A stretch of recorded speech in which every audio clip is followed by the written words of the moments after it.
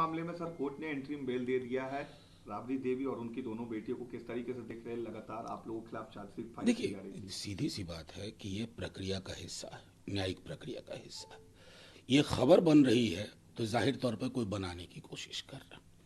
पूरा का पूरा मामला ये सफ़ेद झूठ है और इसकी परतें खुलेंगी, खुल भी रही हैं।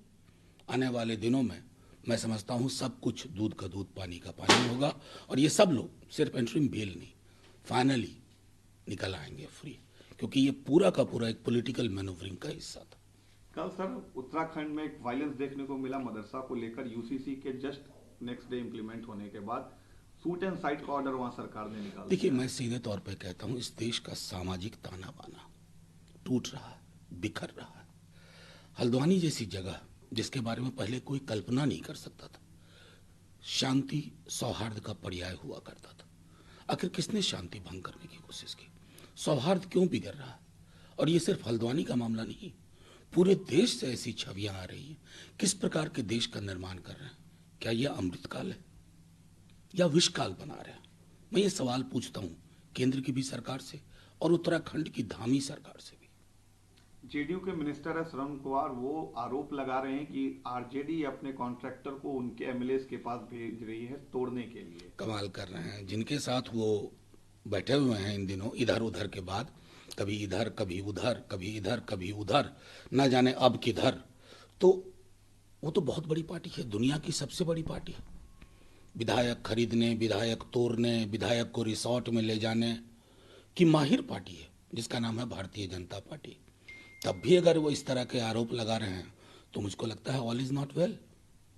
नीतीश जी के साथ अलायंस के बावजूद भी सम्राट चौधरी ने कल सीधा कहा कि 25 में हमारा खुद का सीएम होगा और हमारी सरकार होगी बिहार में। मैं तो इस पर टिप्पणी तो आपको नीतीश जी से लेनी चाहिए थी, इधर उधर वाले हमारे माननीय मुख्यमंत्री जी से, उनसे टिप्पणी लीजिए। हमने तो अपना मिजाज स्पष्ट कर दिया। हम तो लड़ाई यूं भी लड़ रहे थे।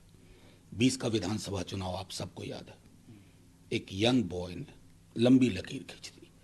आज उनके बाद प्रधानमंत्री जी को भी 5-10 हजार नियुक्ति पत्र बांटने पड़ रहे हैं, जब लाखों की संख्या में यहाँ बटे। तो हमने तो एक धारा खींच दी है कि बात होगी तो दवाई की बात होगी, बात होगी तो कमाई की बात होगी, बात होगी तो सिंचाई की बात होगी, बात होगी तो सामाजिक सौहार्द की बात होगी। हम और कोई बात ही नहीं करते। लेकिन हाँ, जो इधर उधर की बात करते हैं उनसे ये टिप्पणी ले लीजिएगा कि सम्राट जी के इस बयान को किस रूप में देखते हैं। क्या सम्राट जी भी, जैसे नेताजी हमारे तेजस्वी जी ने कहा कि 24 में खत्म हो जाएगी, यानी कि सम्राट जी भी उस खात्मे में लगे हुए हैं। पार्लियामेंट में कल पेपर रो दिखा, कांग्रेस ने ब्लैक पेपर लेकर आया, फिर मोदी सरकार ने व्हाइट पेपर लाया और 10 साल के उनके घोटालों को बताया है। देखिए, प्रधानमंत्री जी 14 से आज तक प्रधानमंत्री हैं, ये 24 है। उसके बाद भी अगर उनको नेहरू जी तक जाना पड़ता है तो ये बहुत कमजोर प्रधानमंत्री जी हैं। प्रधानमंत्री का पद जो है ना, वो प्रथम प्रधानमंत्री से लेकर के इनसे पूर्व के आखिरी प्रधानमंत्री मनमोहन सिंह जी, अटल जी, नरसिम्हा राव जी, इंदिरा जी, राजीव जी, देवेगौड़ा जी, वीपी सिंह जी, लाल बहादुर शास्त्री जी, कभी आपने देखा है कि इस प्रकार की गरिमा विहीन विमर्श को किसी ने प्रश्रय दिया हो, पोषित किया हो? तो प्रधानमंत्री जी का एक तरफ तो कहते हैं 400 पार और एक तरफ ये सब करना पड़ रहा है। रोजगार का मतलब मेरा सीधा ताल्लुक है, अनएम्प्लॉयमेंट का रेट आपके दौर में सबसे ज्यादा क्यों बढ़ा? इसका कोई जवाब है? अगर इसका जवाब नहीं है तो आपकी पूरी की फाइल, जो फाइल लेके चल रहा है ना, बेमानी है। राहुल गांधी ने कहा कि प्रधानमंत्री नकली ओबीसी है, वो ओबीसी है ही नहीं। उसके बाद बीजेपी अटैकिंग हो गई और उन्होंने कहा कि कांग्रेस की सरकार ने ही उनके समुदाय को डाला था उसमें। देखिए, मैं तो सीधे से स्पष्ट रूप से कहता हूं, मैं इस विमर्श में नहीं जाना चाहता कि कौन असली कौन नकली, कौन कब आया कौन। आपने इस बहुजन समाज के लिए क्या किया वो जाना जाएगा ना। मूल्यांकन का आधार वो होगा। मूल्यांकन का आधार ये नहीं होगा कि मैं उस लिस्ट में हूं या नहीं हूं। मैं उस धारा को बलवती करने के लिए क्या कर रहा हूं, मैं जातिगत जनगणना के पक्ष में कहां खड़ा हूं, मैं प्राइवेट सेक्टर में आरक्षण की बात क्यों नहीं करता हूं, मैं आरक्षण का दायरा बढ़ाने की कोशिश क्यों नहीं करता हूं।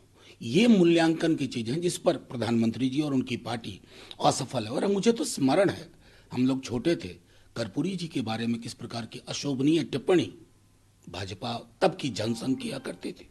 और उतनी ही नहीं, उनकी सरकार को टॉपल करने में भाजपा की क्या भूमिका रही। जब मंडल कमीशन आया तो आडवाणी जी रथ यात्रा लेके निकले, कमंडल।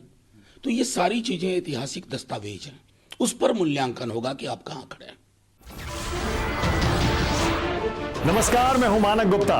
अगर आपको हमारा ये वीडियो पसंद आया हो तो इसे लाइक और शेयर जरूर करें, और हां, हमें सब्सक्राइब और फॉलो करना ना भूलें ताकि आप देश और दुनिया की कोई खबर मिस ना करें। तो जुड़े रहिए हमारे साथ और देखते रहिए न्यूज़ 24।